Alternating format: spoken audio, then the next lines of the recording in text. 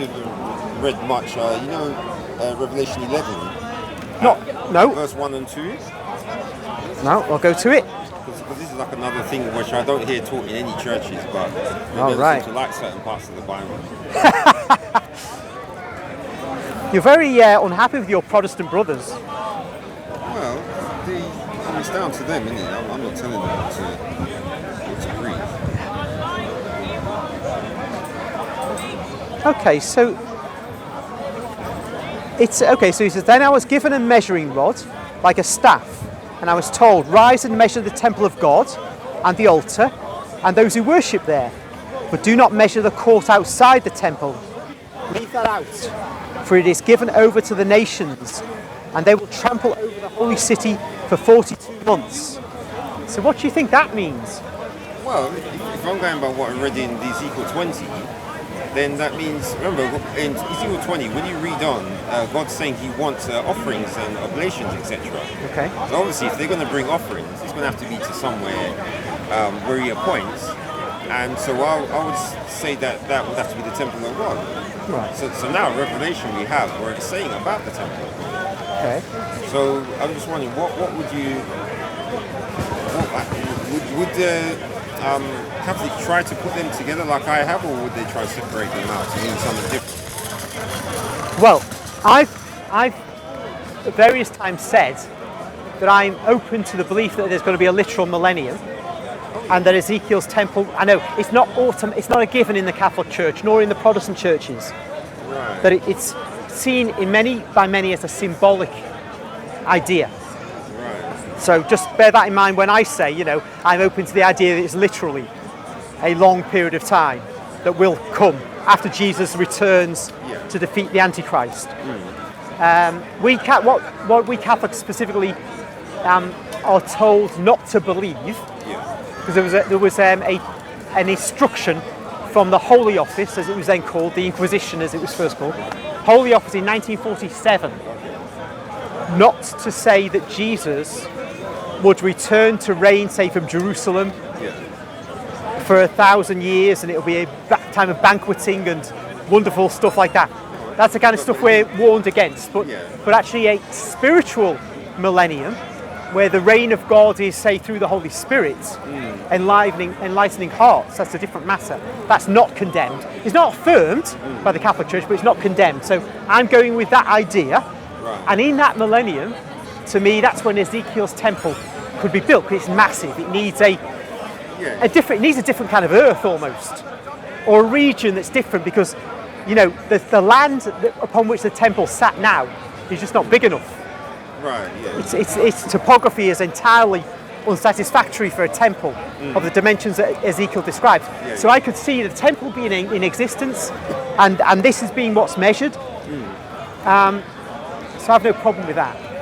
Right. So okay, but that's interesting. So this, when you're saying about Jesus coming back to reign, so only spiritually, from my perspective. Okay. So that must be where I wonder if that's where Ellen G. White got her stuff from. Really?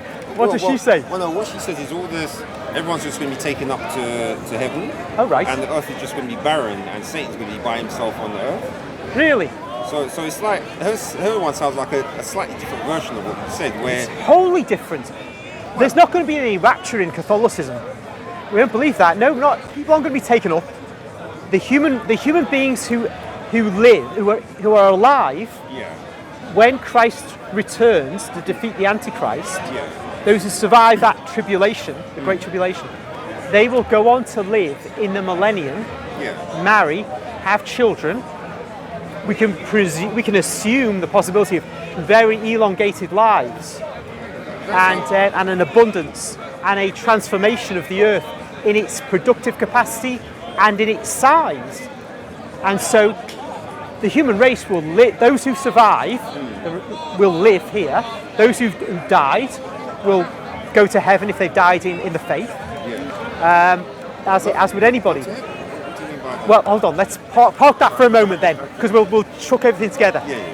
But those who live through the reign of Antichrist and the coming of Jesus will not be taken up They'll just carry on their lives into the millennium. They'll see this transformation of the earth, and we can presume their diseases will be healed, their infirmities will be healed, they'll be rejuvenated if they're old, and they'll go on to lead natural lives and have a natural but wonderful death.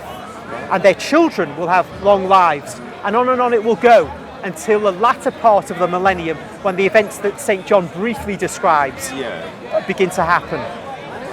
So, funny enough, from what you described, that's the first time I've heard it. I didn't even know Catholics believe all of this. They don't. They're not taught that. You see, until about St. Augustine in the 5th century, 4th to 5th century, we were believing this sort of thing. The problem was many people were teaching that it'll be a place of parties, banquets, all kinds of stuff that's extremely... That's the Muslims, isn't it? So... Well, but there we are, extremely naturalistic anyway. And the church began to condemn these ideas. And with that sense, this is not really right. They, throw out the baby with the bathwater. Augustine was very unhappy with this idea of a millennium of abundance, with all this cornucopia of stuff. So he turned right against it. And after him, everybody else did, because his authority in the West was huge. What year was this about? He was late 4th, early 5th century. But just because Augustine said that doesn't make it the official teaching of the Catholic Church. What I can say is simply that if you're a Catholic, you don't have to believe in a literal millennium, but you can, provided you don't believe it's going to be one where Jesus comes down to reign, say from Jerusalem, and he basically is establishing this hugely wonderful place where it's full of entertainments and food and wine and living it up. Get that from the Bible, isn't it? Well, perhaps not, but when people's imaginations get going, that's what many early Christians were saying. So we had to have that kind of cut out. Nonetheless, here we are today. This is an optional position of the Catholic Church, and that's my view. That's my view.